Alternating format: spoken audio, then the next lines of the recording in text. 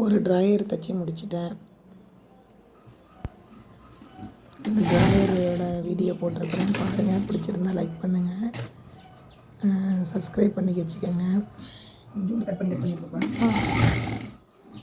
பாக்கெட்லேருந்து தான் ஃபஸ்ட்டு நான் ஆரம்பிப்பேன். நான் ஃபஸ்ட்டு பாக்கெட்டை எடுத்துகிட்டு மின் தைக்க வச்சேன். நல்லா அந்த வீடியோவை பார்த்தீங்கன்னா உங்களுக்கு நல்லா புரியும். எந்த இதுலேயுமே வந்து படிமான தையல் போட்டே ஆகணும். எங்கள் ஆஃபீஸில் வந்து படிமான தையல் போட்டாகணும். எல்லாத்துலேயுமே 2 தையல் போட்டாகணும். ரொம்ப ஃபினிஷிங் முக்கியம். வச்சுருக்கவங்க நல்லா புரியும். வீடியோ ஓட்டிவிடாமல் எல்லாமே நல்லா தைச்சி காமிச்சிருக்கேன். முன்னாடி 2 ஃப்ளீட் வரும், அதேமாரி இந்த சைடு 2 ஃப்ளீட் வரும், பின்னாடி வந்து 2 டாட் வரும். நம்ம முன்னாடி தைச்சி வச்சுருக்கிறத எல்லாத்தையும் கட் பண்ணி வச்சுருக்கிறத ஒன்று ஒன்றா இணைச்சிக்க வேண்டியதுதான். உங்களுக்கு இதை பார்த்தாலே உங்களுக்கு புரியும். ஒரு சிஸ்டர் கூட கமெண்டில் கேட்டிருக்காங்க, இந்த துணி எப்படி எடுக்கிறது சொல்லணுமா அப்படின்ட்டுருக்காங்க. எல்லா ஏரியாவுலேயுமே இந்த துணி கொடுத்துக்கிட்டு இருக்காங்க. தஞ்சாவூர், கும்பகோணம், வலங்கிமான், நீங்கள் எந்த ஏரியான்னு பார்த்துக்கிட்டு அங்கே போய் கேட்டிங்கன்னாக்கா, ஆஃபீஸில் கேட்டிங்கன்னா சொல்லுவாங்க. இது வந்து ஃபுல்லாக கவர்மெண்ட்டு யூனிஃபார்ம் தான். Government society. நாங்கள் வந்து கும்பகோணம் ஏரியா. நீங்கள் என்ன ஊர் அப்படின்னு தஞ்சாவூரில் வலங்கிமான் எல்லா ஊர்லேயுமே கொடுத்துருக்காங்க. அதுக்கு போய் ஃபஸ்ட்டு சேரணும். நீங்கள் போய் ஃபஸ்ட்டு கேட்டிங்கன்னா அவங்க என்னன்னு சொல்லுவாங்க. அவங்க அதுக்கு தகுந்த மாதிரி நீங்கள் அவங்களே எல்லா டீட்டெயிலும் சொல்லிவிடுவாங்க. நாங்கள் அந்தமாரி தான் சேர்ந்தோம். நாங்கள் என்னான்னு பார்த்துக்கிட்டு தெரிஞ்சுக்கோங்க. நான் கமாண்டில் பண்ணி சொல்லணுன்னாக்கா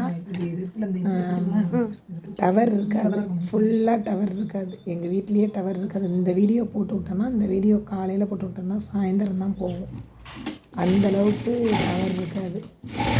அதனால தான் உங்களுக்கு நீங்கள் கேட்ட கேள்விக்கு நான் இதிலேயே பதில் சொல்கிறேன். இது வந்து தைச்சாக்கா தைக்கலாம், நிறையா தைக்கலாம். நம்ம வந்து அந்த பொந்தல் பட்டி எல்லாமே ரெடி பண்ணி வச்சுருக்கிறதுனால அதை எல்லாத்தையும் எடுத்து எனக்கு இந்த பட்டியை வந்து ஃபஸ்ட்டு மேலே வந்து மடித்து வச்சு தைச்சிருப்பேன்.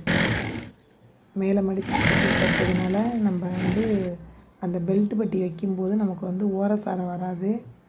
நீங்களும் அது மாதிரியே தைங்க. ஃபஸ்ட்டு அந்த மாதிரி தைச்சிருவேன். இதெல்லாம் முன்னாடியே நறுக்கி ரெடி பண்ணி வச்சுருக்கிறதுனால இதுவும் அப்படி போட்டு தைச்சிருவேன். உள்ளார 4 பீஸ் வைக்கணும். கரெக்டாக 4 பீஸ் வைக்கணும். ஃபினிஷிங்கோடு தைக்கணும். எங்கள் ஆஃபீஸை பொறுத்தவரைக்கும் ரொம்ப ஸ்ட்ரிக்டாக இருப்பாங்க. செக்கப்பு எல்லாமே வந்து பண்ணுறதுலேருந்து ரொம்ப இதாக பார்ப்பாங்க. அதனால் நாங்கள் நீட்டாக தான் நாங்கள் தைச்சி எடுத்துகிட்டு போவோம். ஸ்டிக்கரையும் அதே இடத்துலையே வச்சிடணும். அப்படியே முன்னாடி வச்சதெல்லாம் ஒரு ஸ்டிக்கர் தான் வச்சுக்கிட்டோம். இப்போ வந்து 2 ஸ்டிக்கர் இப்போ வச்சுக்கிட்டுருக்குறோம். இப்போ வந்து ஸ்டிக்கர் தைக்கிற வேலையும் முடிஞ்சிருச்சு. லாஸ்ட்டாக கீழே வந்து ஜாயின் பண்ணிட வேண்டியது தான்.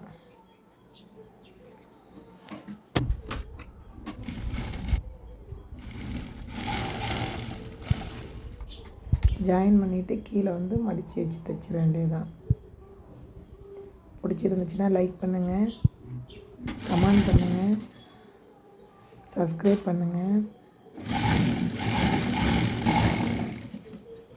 இனிமேல் அடுத்த துணி வரும்போது தைச்சி வீடியோ போடுறேன். பிடிச்சிருந்துச்சுன்னா லைக் பண்ணுங்கள்.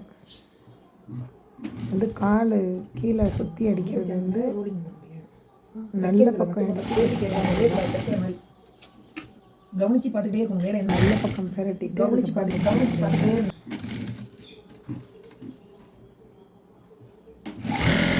தைக்க தைக்கிறவங்கள்ட்ட கேள்வி கேட்டுகிட்டே இருக்கக்கூடாது. கேள்வி கேட்டோம்னா நமக்கு வந்து தைக்கிற மூடே போயிடும். ஃபினிஷிங் ஆகிடுச்சி. பிடிச்சிருந்தா லைக் பண்ணுங்கள்.